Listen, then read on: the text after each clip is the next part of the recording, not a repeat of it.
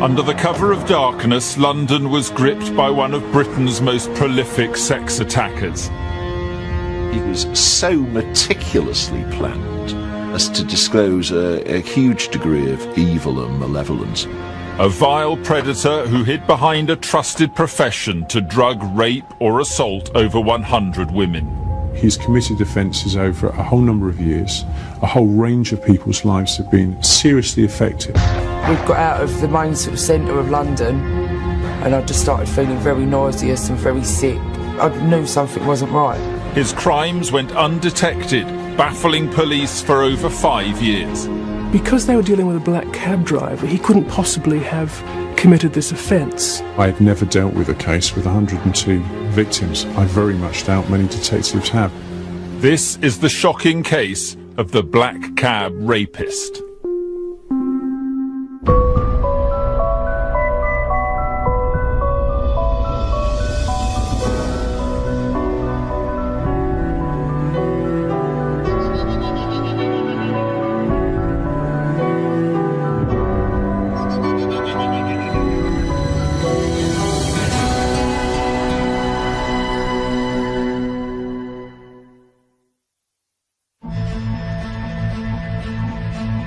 2002 marked the beginning of a series of sinister attacks on the streets of London.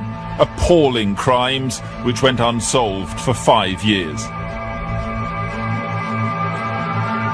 It would result in the conviction of Britain's most prolific serial sex attacker. On almost every night of the year in the centre of London, people jump into one of 25,000 black taxis for a speedy and safe journey home. Black cabs are well regulated. They do have a very good reputation. At that time there was a lot of publicity around don't use a mini cab, don't use an unregulated cab, use a black cab. So when you see the black cab roll up with that orange sign that says taxi, that's safety. This cabbie was using the cover of a trusted profession to commit unspeakable crimes. In the summer of 2002, a young woman claimed she was drugged and attacked on one such journey home. Many similar incidents were to go undetected right across Greater London over the next few years. We believe 14 women separately reported being drugged or assaulted by a black cab driver over that period.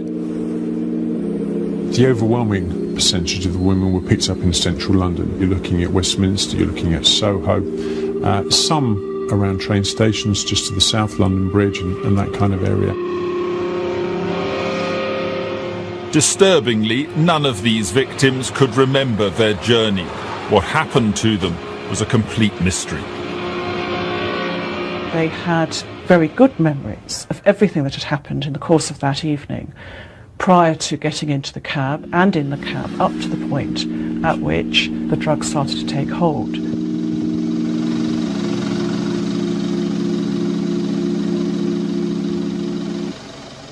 The striking features in this case is how few victims actually came forward at the time. Sarah Craigie was one such person. A routine night out in the capital would become one she will never forget. I'd been out to a club with my boyfriend and had quite a few drinks. I'd come out of Leicester Square, had a bit of an argument. I've walked off in one direction, he's walked off in another.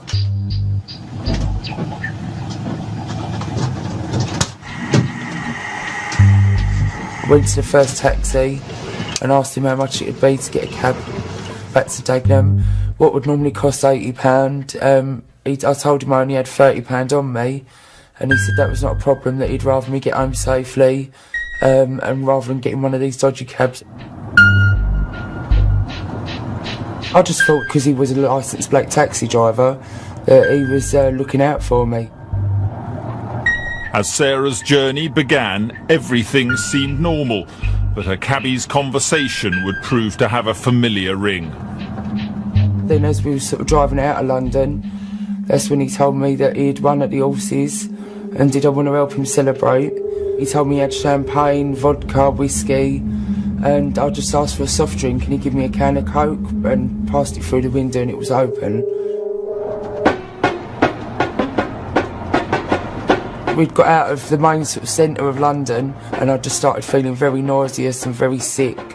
I knew something wasn't right. Barely managing to remain conscious, she attempted a cry for help. I texted my boyfriend and I just said to him, I know we've had a big argument, but I need you to meet me, something's not right. Having driven outside the city, the driver informed Sarah he needed to pull over for a toilet break.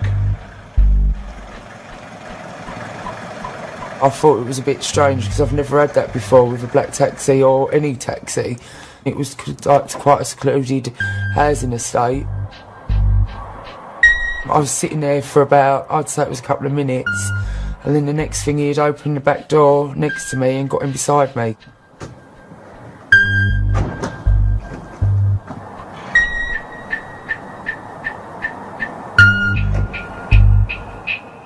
He just showed me the bag of money and showed me what he'd won and just said, like, you're going to help me celebrate, and sort of just sat next to me with a glass of champagne. It wasn't until he sort of sat in the back of the car and showed me this money, this is when my alarm bells started ringing. And I swore at him and said, it's not effing right. That's when he snapped and said, don't get out your pram, I only want to celebrate with you, I'll take you home. And was sort of huffing and puffing. And got out of the car and got into the front of the car to drive me back.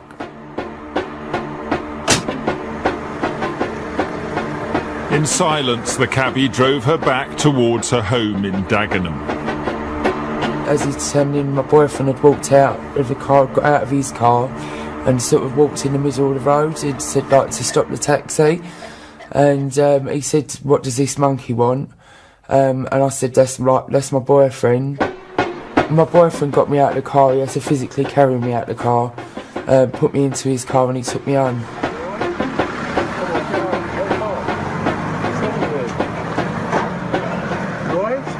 And I woke up the following morning and I felt so ill. I felt like all disorientated, as I say, very sick, and that's when I phoned my parents and told my parents what had happened. Sarah had a lucky escape, but like many victims, she didn't report the incident at the time. What no one knew was that many other women were having similar experiences with a black cabbie who had a meticulous plan to drug and rape powerless victims. He'd had a methodology that he's refined over time, and it's a very clear methodology, and it's clearly one that served its purpose for him. The vast majority of women who he picked up late in the evening or going into the early morning of the following day. He would always come up with a similar sort of patter about, you're my last call of the night, I live very close to where you live, I'm going your way anyway, if you want me to give you a lift it's not a problem, and often offering reduced fare or sometimes no fare. As soon as a female agreed to take his cab, he could begin his well-rehearsed plan. Right from the beginning, he would try and develop a rapport. A lot of the women said that he would call them by their first name. He would ask them lots of questions. They didn't feel threatened by him. They felt that he was someone that could be trusted. They weren't stupid women either. A number of them were young professionals. But I think part of the sexualisation of that is controlling those sorts of women. He always targeted women who looked like they'd had a drink or two, because he knew that they'd be more relaxed, they'd be more trusting, they'd be more confident.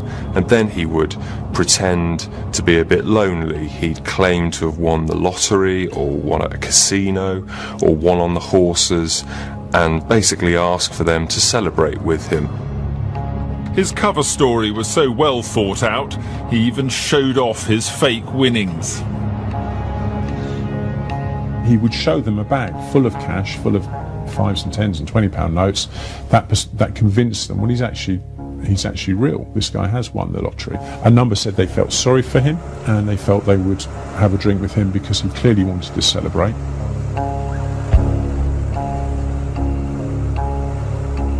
The drinks contained enough drugs to knock them out for at least 2 hours.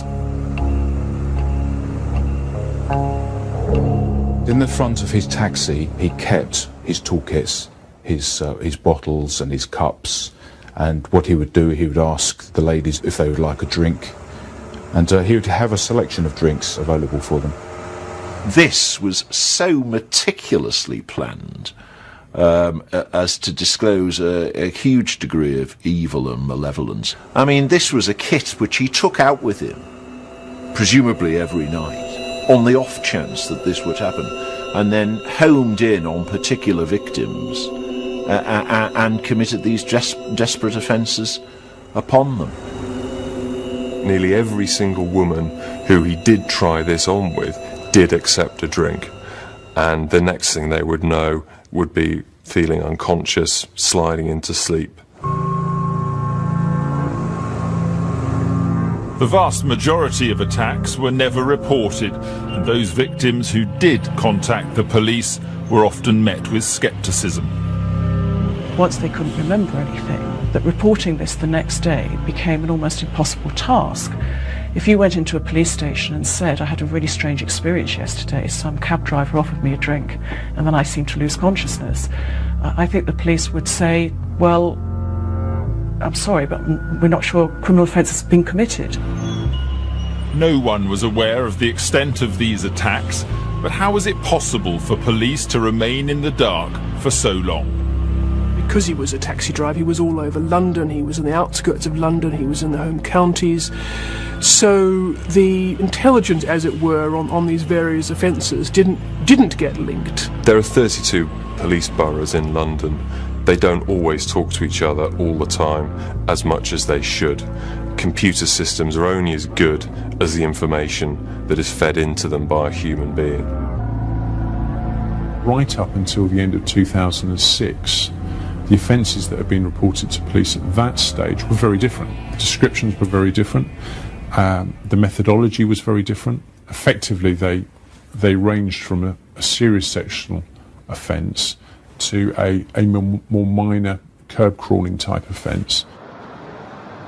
In July 2007, one attack would gift the police the evidence necessary to catch their man. But would they follow it through? The police, for years, had been unaware that there was a serial sex offender on the loose in London driving a licensed black cab. This was their golden opportunity to wake up and notice it, and they blew it.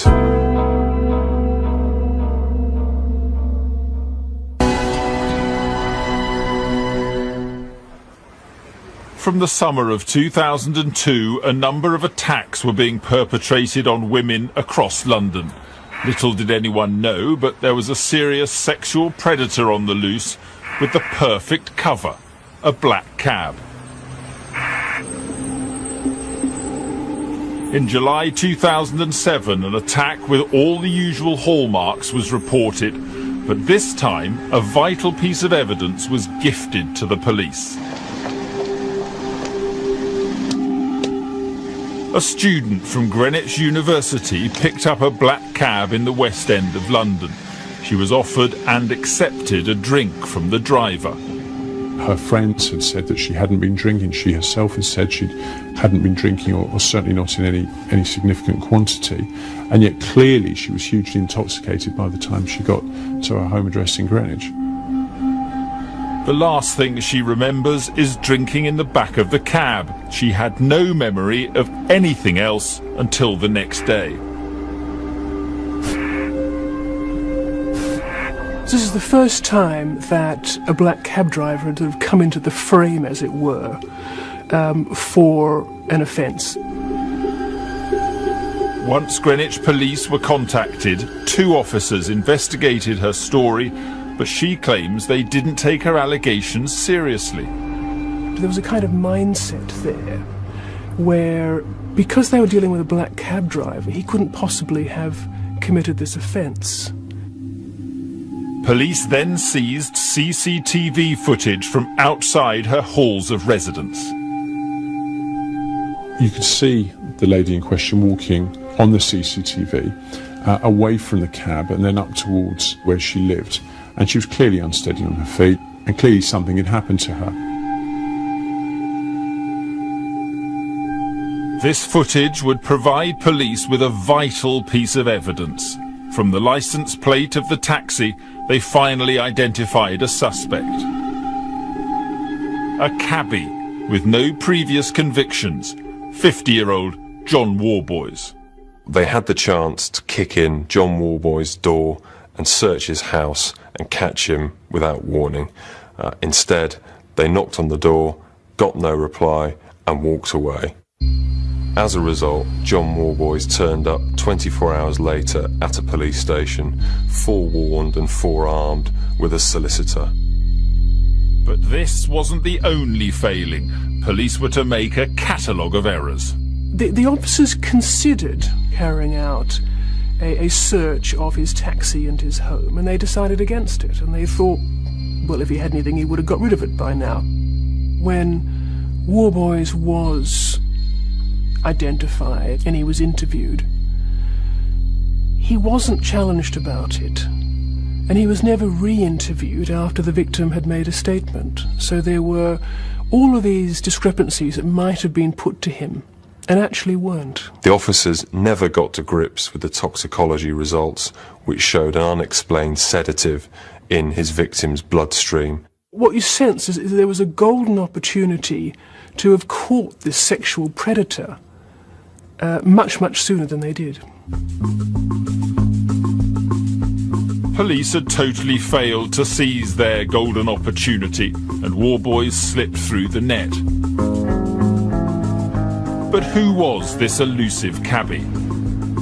John Worboys was a single man who lived alone in Rotherhithe, South London, overlooking the banks of the Thames.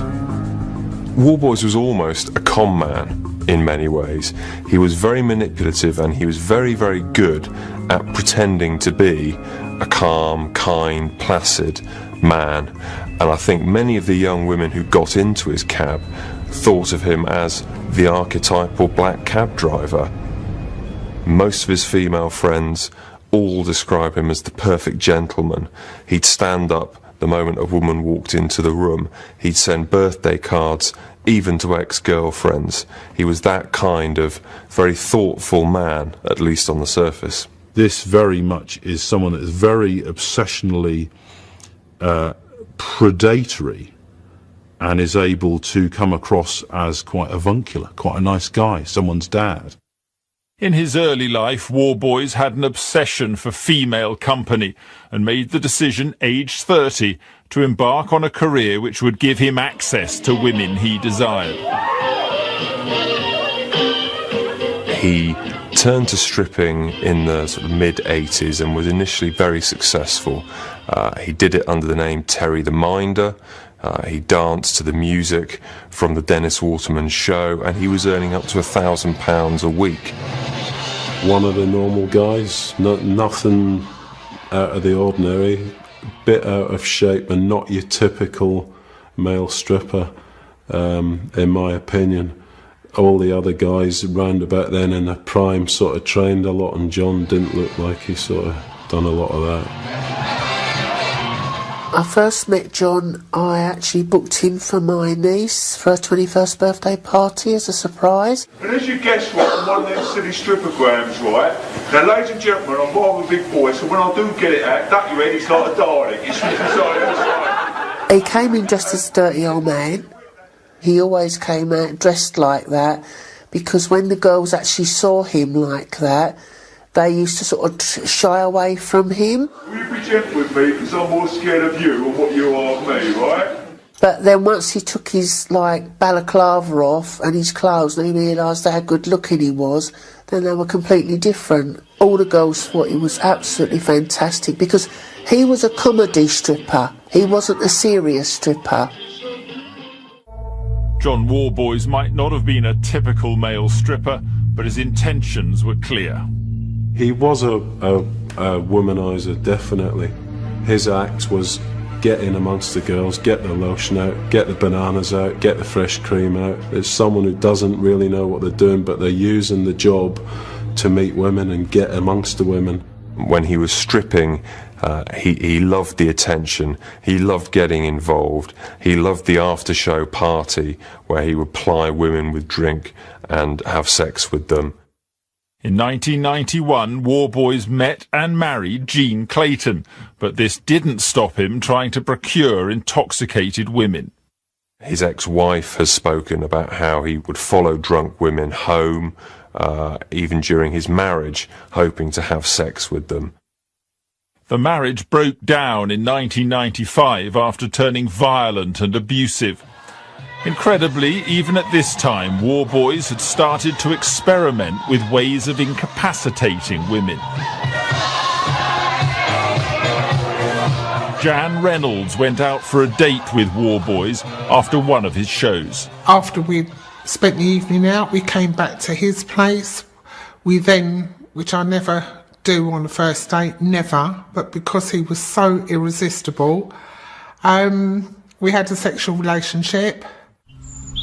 After a successful first date, Jan hadn't heard anything for several weeks, but eventually Worboys got in touch to arrange a second meeting, only this time he had some mind. On the second date, he cooked a meal for me, and after I'd had 2 or 3 glasses of wine, I felt quite woozy, lightheaded. I felt ill. I never knew anything else whatsoever, not at all, until I woke up the next morning in his bed. And I asked him how I got there. He sort of laughed and chuckled and said, "You'd had quite a bit to drink last night." And I said to him, "No way." It was only about 2 or 3 glasses of wine, but I knew then that there was something not quite right. I felt very angry, very ashamed going home on the bus, to think that he could have done something to my drink. I would suspect there are many other instances in the early part of that offending history where he tried various routines out on women until gradually they were more and more refined and got more and more specific and more effective, essentially. I mean, practice makes perfect, if you like. Worboys was honing his methodology, but at the same time work as a stripper became harder to come by, and with it his easy access to women. Over time, his looks faded. He got older and the money dried up, and also the access to women, particularly drunk women, dried up. It must have been a bit of a blow to John. His phone probably stopped ringing. He's probably missed it like hell, the attention. In desperation, he began to finance and star in low-budget porn films from a flat he owned in Bournemouth. Neighbours at the time who remembered a string of women sort of turning up at this flat without an explanation, very strange sounds coming from inside. In 1996, Worboys decided to change careers. A job which would give him access to the females he craved. He began training to become a black cab driver. What is entirely plausible in this case is, as you have with some paedophiles who will go into employment with the specific aim of using that as a direct conduit to victims, it wouldn't surprise me at all if Worboys saw becoming a black cab driver as a very opportune employment device to procure specific types of victims. One sensed that it was his whole life, that his whole mission was not necessarily to be a taxi driver and earn proper money, but to use his employment in order to satisfy his perverted lust.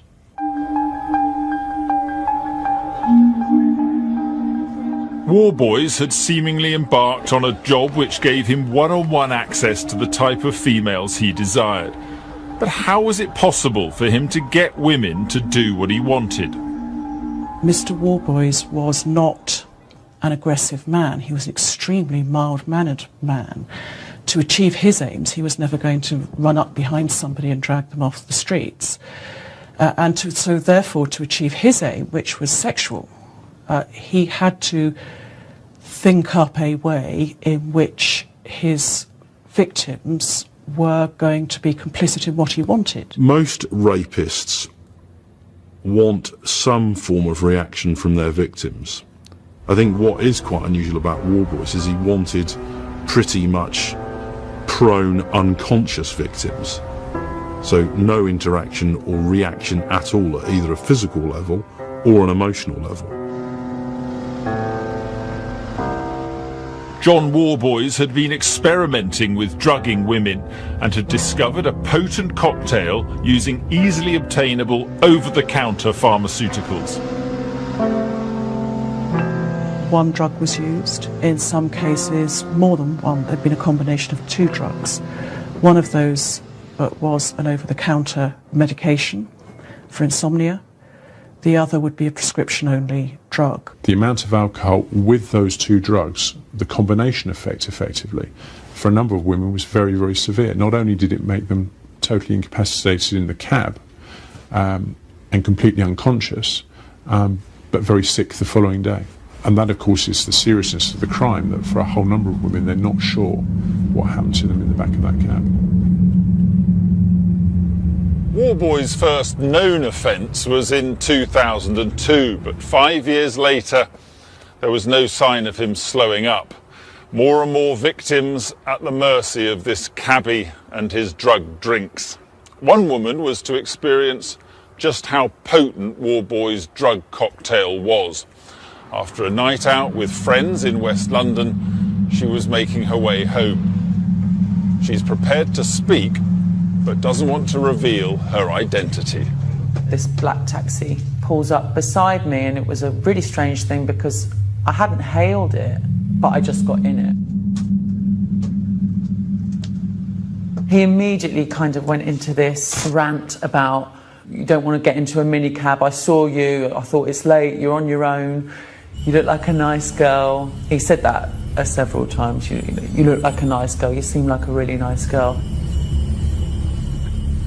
He started telling me about this win that he'd had, and then I remember he sort of put his hand down to the left and sort of pulled up this wad of cash, and I really remember it being a lot of money, but it didn't register with me as sinister at that point. I just remember thinking, oh, I'm going to tell my mates about this tomorrow.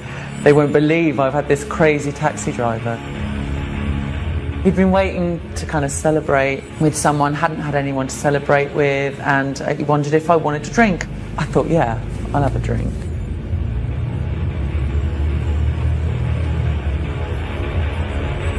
As the taxi got near to the woman's home, the cabbie pulled up in a dark and deserted part of the street.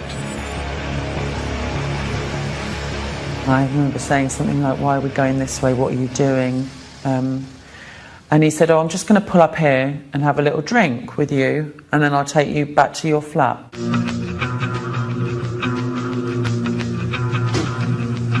The last thing I remember him doing was getting out of the front of the taxi and getting into the back with me.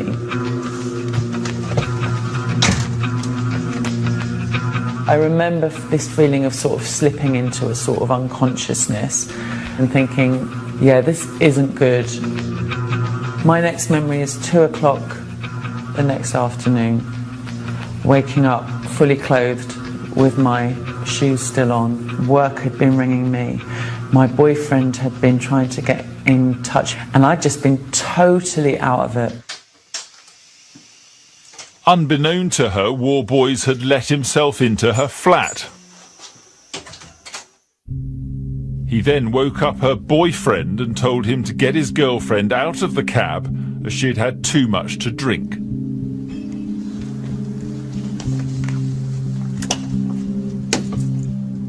I'm pretty sure that nothing happened to me in the back of the taxi. I can't be 100%. Partly because I woke up fully clothed. I had tights and knee-high boots on, and they didn't appear to have been interfered with in any way. She was unconscious for over 10 hours, but the drugs may have had an unintentional side effect that deterred Worboys from carrying out an attack. What was really strange to me when I woke up the next day is that I realised that I'd wet myself. My boyfriend actually told me that I'd wet myself in the back of the taxi. Obviously, it was definitely down to the drugs that he'd given me, but could have been what saved me from something a lot worse, I think. Despite this, her experience at the hands of Worboys still haunts her. If anything traumatises me, it's the fact that it was such a hugely risky situation where so much more could have gone wrong and so much more could have happened to me. And I could have been seriously hurt. I'll never know what happened to me in the back of that taxi.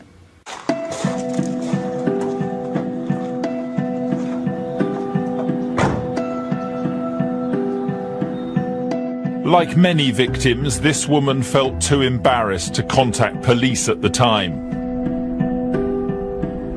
Worboys continued undetected, but he began to do more to cover his tracks.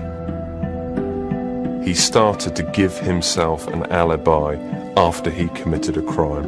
On one occasion, he dropped his victim off at a police station, saying she was drunk. This was all because he realised that if he was stopped or caught again, he'd have a lot of explaining to do. I don't think there is any indication that he'd slowed down in his offending. Gradually over time, if you're not getting caught, there's no particular or evident repercussions, you'll repeat it. If it's effective, you'll do it again and again and again and again. It might get more specific, but it also might get more audacious. Despite his numerous attacks, police were still unaware there was a serial sex attacker. In December 2007, all this was about to change. There was evidence for a number of the women that they'd been drugged. There was evidence that they'd been sexually assaulted. But only in one case did the evidence amount to a woman having a recollection of rape having actually occurred.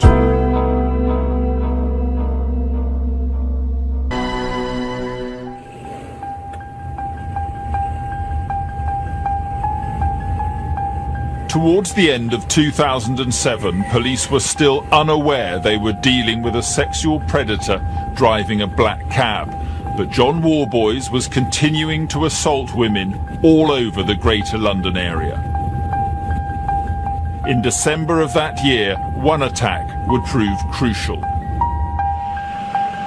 A young lady was out with a friend to celebrate a birthday and decided to share a cab home.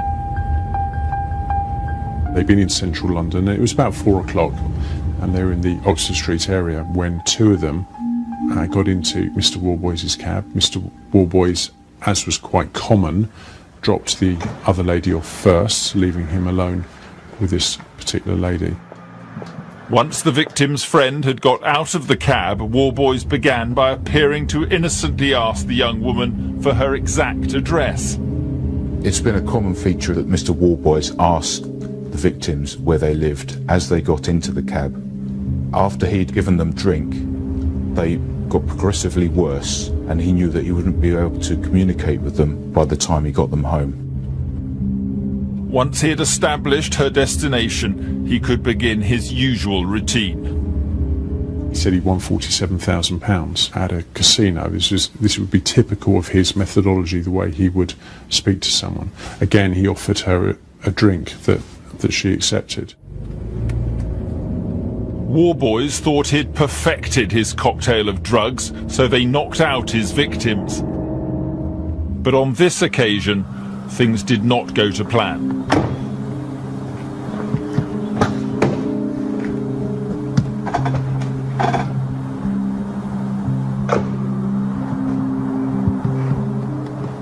She, in fact, came to very, very briefly in the back of the cab. All she could talk about was you being on top of her. And his face was very close to hers. In addition to the rape flashbacks, there was other substantial incriminating evidence. She was a virgin before the incident.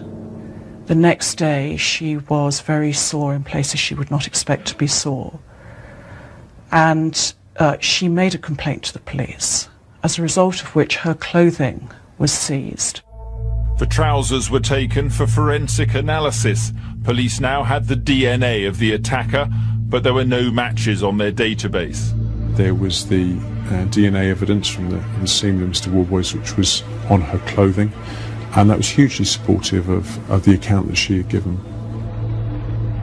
Bizarrely, Worboys returned to the victim's address the very next day in an attempt to cover his tracks.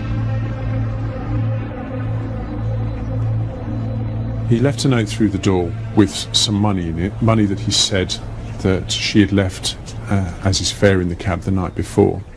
I don't know why he did that. I think it's entirely likely that he was concerned that for some reason he would be captured, and to put a note through the door to say, well, clearly I wouldn't have done that if I'd done what you're alleging. That would be the kind of thing that he would say. Although police had evidence of this one attack, they still had no idea they were dealing with a multiple sex attacker. But after years of missed opportunities, they were finally to link the crimes together in 2008. One policeman noticed something which rang alarm bells. An officer at the Scotland Yard Central Sapphire Intelligence Unit linked Worboys' crimes. This was just one officer who was smart enough and bright enough to realise that there was a pattern there. The officer had carefully looked through crime reports from across London over a number of years and noticed some startling similarities. There were initially two that looked very, very similar, and as a result of checking further, they'd identified two others. Solving the crime became a top priority. The job was given to a specialist team. They called in an elite homicide and serious crime command team who usually deal with murders, who are vastly experienced, well-resourced, well-led, and got them to look at it. This team was led by Detective Inspector Dave Reed. My job was to collate everything there, to see what the similarities between the offences were, to see what differences there were, and to see what evidential opportunities there were. Were there things that hadn't been submitted for forensic analysis, for instance? Was there CCTV coverage that we could still look for? And the reality is that for 6 days, we did everything we could. We identified a further offence during that time. A week later, on the 14th of February, it was decided that the following morning there would be an appeal, and we would go public. On Friday the 15th of February, one of the national newspapers ran the story. When the police went public with their appeal, it triggered one very important telephone call. A woman from a sexual referral centre contacted the police. She had treated the Greenwich student whose attack was caught on CCTV. Police had questioned John Worboys at the time, but never followed through. Finally, police had a name to go on. Literally as soon as we could get from where our office is in southwest London to Rotherhithe, he was arrested.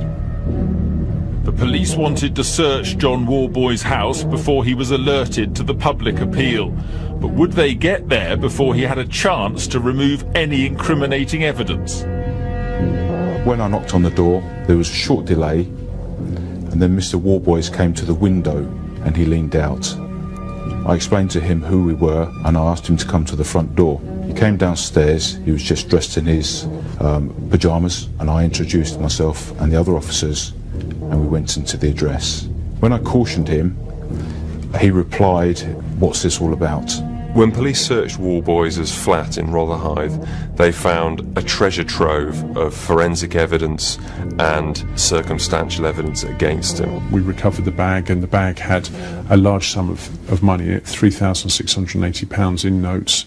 In addition to that, you had a number of drugs, different types of drugs that were used, and various other things that he would have used during the commission of those offences.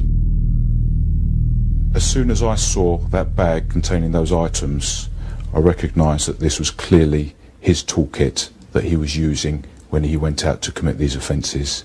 It was clearly items that were put together specifically for that purpose.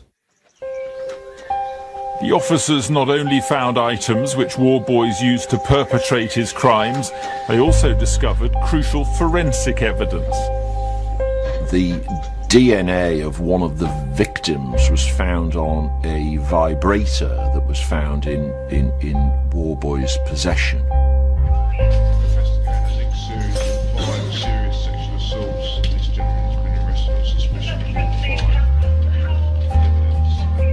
Worboys was so prolific that even on the morning of arrest it would come to light he had attacked and sexually assaulted what would prove to be his final victim.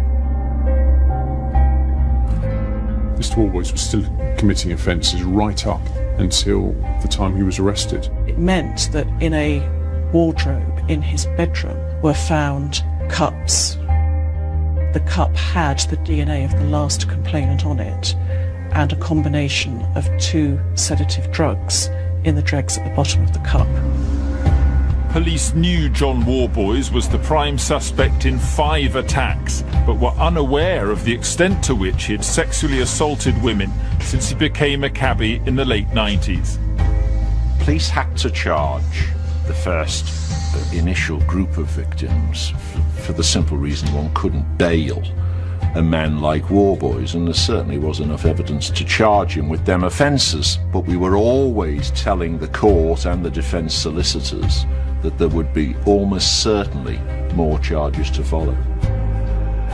Police were in a race against time to build up the entire picture of Worboys' crimes and gather as much evidence as possible. As soon as this story became public, there may well be a number of other women who would come forward and tell us of their experiences. The case received widespread media attention. Police braced themselves for a response from more women. The taxi driver police are hunting is a serial sex attacker who's struck at least 5 times. It is a very frightening thing. Black cabs in London have a well-established reputation. They are very, very safe. We had a 24-hour hotline set up, staffed by officers who were specifically trained in these type of offences so that they could record all of the details. The investigation team was inundated with calls, and before long a staggering 83 women had been linked to the black cab rapist.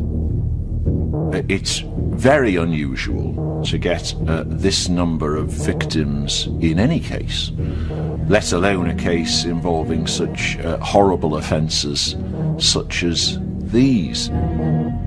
Police held a huge number of identity parades to establish Worboys as the driver. There were an awful lot of identification parades held because, quite amazingly, even though some of the offences were a couple of years earlier, many of the complainants said that they would be able to identify the taxi driver. 26 out of 60 women who went on identification procedures identified Mr. Worboys, which is a very high number. The trial was due to begin in February 2009, but because Worboys had drugged his victims, would they be able to recall enough to convince a jury? It was extraordinarily difficult here because of the fact that the victims, in the main, were unable to remember a great deal, and that in many of the cases they were only making a complaint months, in some cases years, after the incident took place.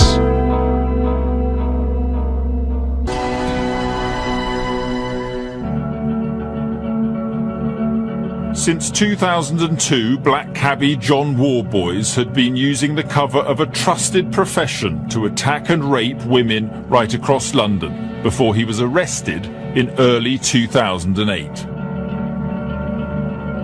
83 women had now come forward with allegations, the biggest rape inquiry the Metropolitan Police had ever had to deal with. But how was it possible to get justice for all the victims? We had to make a decision as to which charges we should take before the court.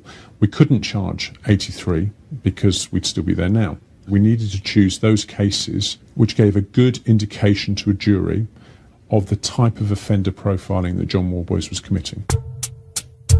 The police emphasis on the strongest cases would involve 14 women and 23 separate charges, including rape, sexual assault and drugging. Complexity is always the enemy of the prosecution. It assists the defence. We call it overloading the indictment. This is the most number of charges that I've ever put on an indictment. And I was somewhat worried that I'd put too many, but in the end I was satisfied that I had enough there. We brought all of the proper evidence before the court, and the court had enough powers upon conviction to sentence him according to his criminality. Worboys pleaded not guilty, which meant all 14 women would have to relive their ordeal. We went to trial at Croydon. It ran for 8 weeks. I think what was sad is that Mr. Worboys put those women through that trial. They were incredibly brave. All 14 women that gave evidence exceptionally well. But invariably it's a very difficult thing to do. But by pleading not guilty, he put them through that. Because John Worboys had not answered anything put to him during questioning, no one had any idea how he would behave in court. His demeanour in court throughout was mild-mannered, polite, on the face of it cooperative. He appeared embarrassed to be there, upset, slightly confused. He wasn't angry, he wasn't threatening, he wasn't the sort of sex predator monster that you imagine. He answered every question. He was in the witness box a long time. He was there, I think, a day with his own counsel asking him questions, and I was cross-examining him for 2.5 days. Worboys was about to torment his victims one more time. In the cases where forensic evidence proved sexual contact had occurred, he claimed the sex was consensual. I think that was really quite an appalling thing to say. Not only had he attacked them, he then made them relive that in the court process.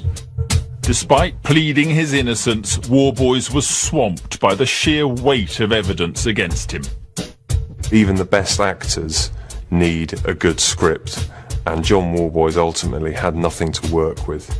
He had no explanation for why so many women told such a similar story so convincingly.